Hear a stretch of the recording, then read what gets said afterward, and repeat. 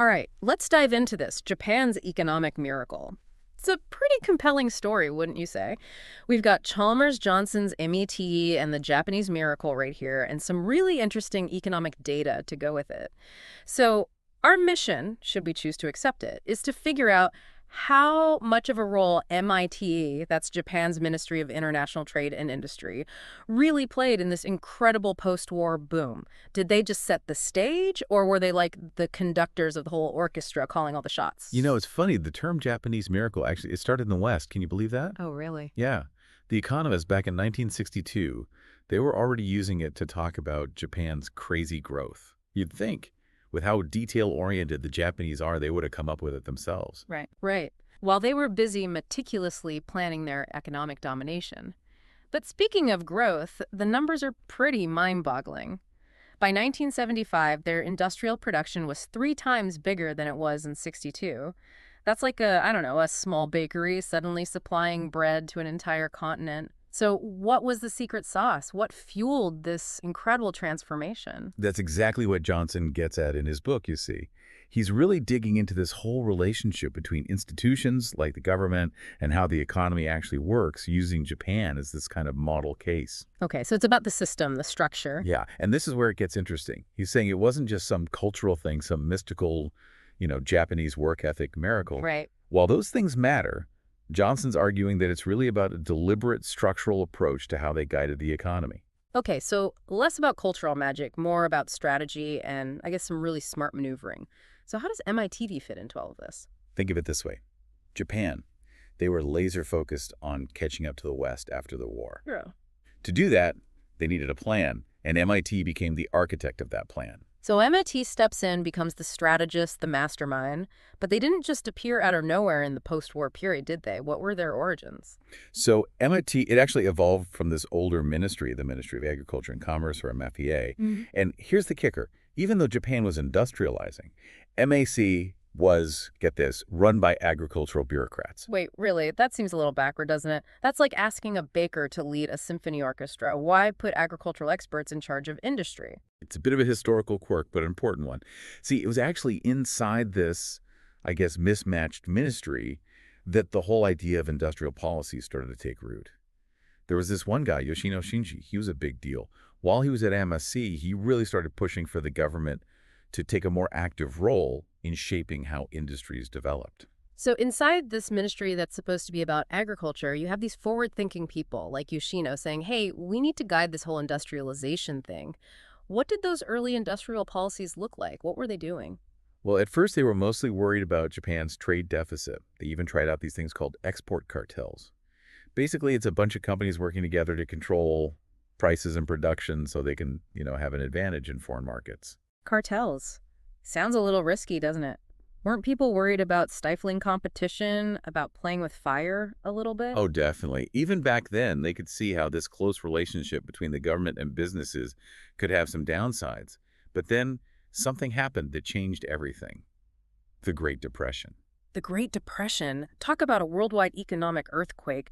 How did that impact Japan and how they approached this whole industrial policy thing? Well, the Great Depression, along with this growing fear of social unrest, created a real sense of urgency in Japan.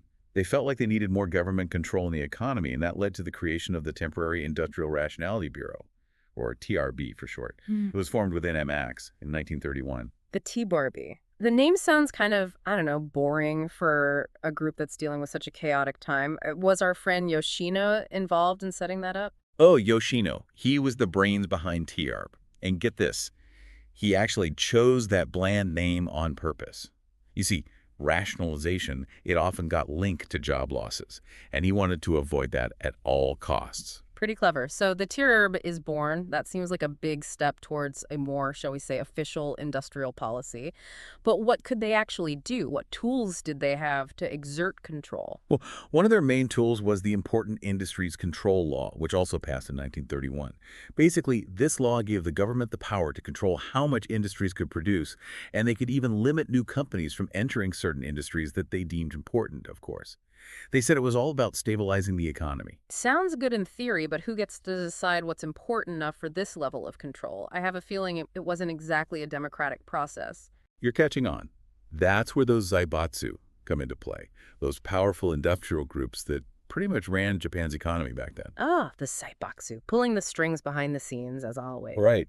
And while the law was framed as this public service thing, it mainly benefited them. They had the right connections, the lobbying power to make sure their industries got that important label and all the protection that came with it. So even in these early stages, we're already seeing this intricate dance between the government, these powerful companies, and this desire to control, to really shape the Japanese economy. Sounds like the stage is set for MIT's grand entrance, right? So we were talking about how involved the government was getting in the economy even before the war. I'm guessing that wartime experience probably had a big influence on how MIT would eventually do things, right? Oh, absolutely. That whole wartime economy, with its focus on central planning and, let's face it, control, it basically became a crash course in industrial policy for the very people who would be shaping MIT later on. Like a training ground, but with much higher stakes. Exactly. They're basically writing the textbook on how to mobilize a whole nation's resources for one goal. A rather grim dress rehearsal for what would become, the economic miracle. Yeah, you could say that. So, how did those wartime experiences actually translate into concrete policies and things that MIT would use later on in peacetime? One big one was this idea of administrative guidance, which sounds way more bureaucratic than it really was. It was less about, cracking the whip and more about collaboration, working together. So, instead of top down orders, it's more like nudging things in the right direction. It's exactly. During the war, it was about getting industries to work together to meet their production quotas. Later on, MITI would take that same idea and use it to help industries succeed commercially. So, they took the wartime playbook and said, how can we adapt this for economic growth instead? But before we get to that, let's rewind back to the immediate aftermath of the war. Japan was devastated, occupied. How do you go from a centrally planned wartime economy to this miracle era? That transition was tricky, a real balancing act. You had SKFB, the supreme commander for the Allied powers, trying to bring democracy to Japan. One of their big goals was dismantling the zaibatsu. The zaibatsu, those giant conglomerates that controlled so much of the pre-war economy. Right. But here's the thing. The way they went about it, like purging a lot of influential figures, it kind of backfired. It created a vacuum. And guess who was ready to fill it?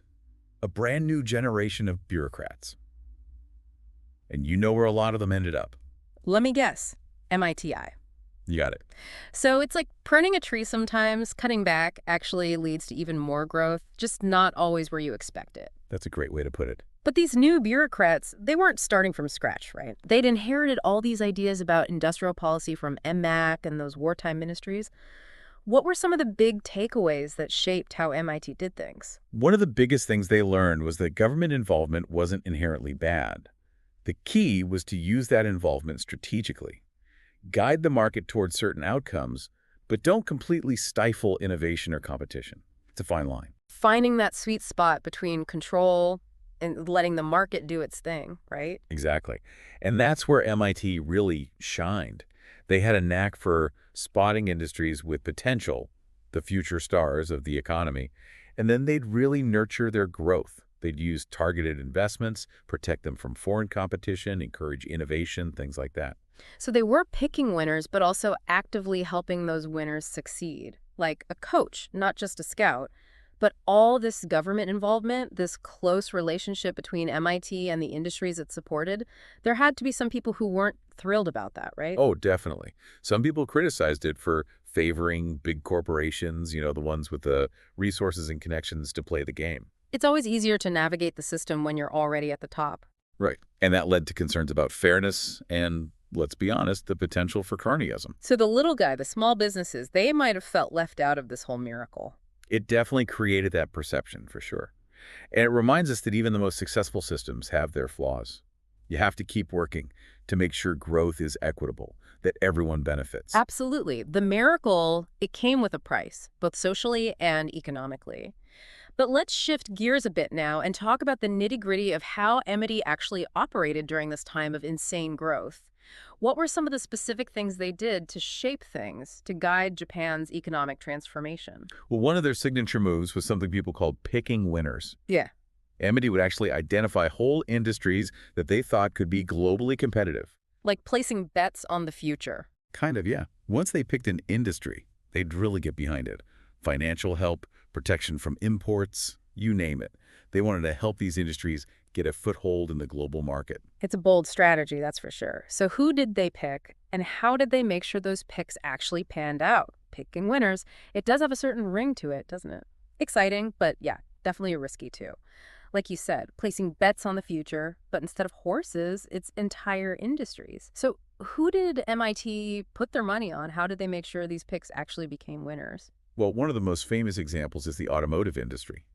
Think about it. Mm. Back then, Japanese cars, they weren't exactly known for being, high quality or anything. Not exactly status symbols. Right. But MIT, they saw something there. They started giving subsidies to car manufacturers, encouraging them to adopt new technologies, and maybe, most importantly, they shielded them from foreign competition while they were still getting their act together. Creating a safe space for them to grow and innovate, kind of like a greenhouse for your prize-winning roses, protecting them from the elements until they're strong enough to handle it on their own. But it wasn't just about protection, right? MIT was really hands-on, wasn't it? Oh, absolutely. This wasn't just a case of throwing money at the problem and walking away. Yeah. MIT was deeply involved, helping to shape the company's strategies, encouraging them to team up on research and development, even telling them which export markets to focus on. Wow, that's a level of guidance you don't see very often. So less about picking winners, more like coaching them to victory, almost like orchestrating their every move. But this level of government involvement, this cozy relationship between MIT and these industries, someone somewhere must have had some objections, right? Oh, yeah. There were definitely critics. Some argued that it stifled competition, that it created these national champions that were too used to being protected, not really battle-tested in a truly free market. Others said that this whole focus on exports meant that domestic consumers, the Japanese people themselves, they were sometimes paying higher prices for stuff because the priority was selling it overseas. Right, so it's a trade-off. The miracle had its downsides too. Ex- But there's no denying the impact that MIT had, right? They helped to rebuild Japan, turning it into this industrial powerhouse. But even miracles, they don't last forever. What happened to MIT's model as Japan moved into the later part of the 20th century? Well, by the 1970s, the whole global economy was changing. Globalization was picking up speed, new competitors were popping up left and right, and the industries that MIT had put so much effort into nurturing, they were facing a whole new ballgame. Then you have the oil crises in the 70s, which really exposed the downsides of Japan's economy, which relied heavily on energy-intensive industries. So the world that MIT had been so carefully shaping, it was starting to slip away from them. How did they adapt to that? What did they do? Well, to their credit, MITI, they saw the writing on the wall. They realized they needed to shift gears. They started moving away from those heavy industries and started promoting things like electronics, biotechnology, areas where they saw more future potential. And they started paying more attention to the social and environmental costs of their growth at all costs approach, promoting energy efficiency and trying to tackle pollution, things like that. So it wasn't just about picking winners, it was about knowing when to adapt, when to evolve, to stay ahead of the curve. That's a good lesson for anyone in any field. But what about MIT itself? Did they just fade away as Japan's economy matured? Not really. While their role has definitely changed, they're still a pretty big deal in Japan. Back in 2001, they got a bit of a makeover, renamed to the Ministry of Economy, Trade and Industry, or MITI. But they're still around. Their approach is definitely more nuanced now, less about direct intervention, but they're still heavily involved in promoting innovation, supporting key industries, and figuring out Japan's place in the global economy. So MITI's legacy lives on, even as the world faces a whole new set of economic challenges. But looking back, I think there's a lot we can learn from the story of Japan's economic miracle and MIT's role in it. It shows the power of a good strategy, the importance of adapting and evolving, and that constant tension between government intervention and letting the market do its thing. Absolutely. And it's interesting, isn't it, how even today so many countries are looking back at Japan's experience, especially as they deal with their own economic issues.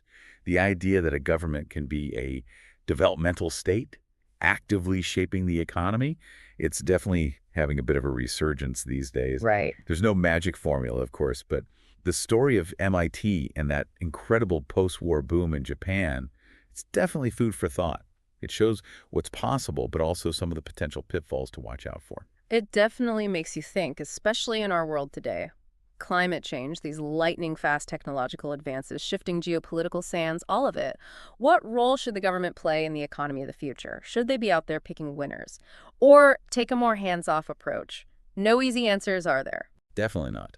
But by looking back, learning from history, challenging our assumptions, we can hopefully chart a path toward a more prosperous and, just as important, a more equitable future for everyone.